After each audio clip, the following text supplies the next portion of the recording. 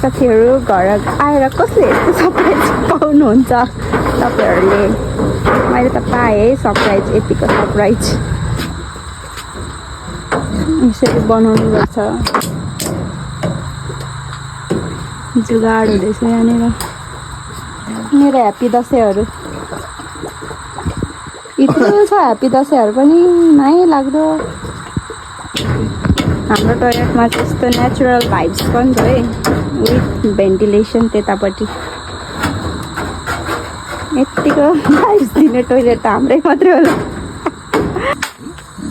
यत्तिको मर्मत त हुनु पऱ्यो नि।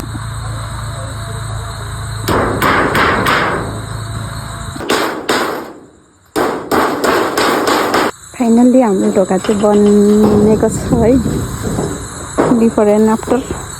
पहिले सफा गर्नु बाँकी छ। चुक्नु पनि खत्रै अब त गाइजहरू।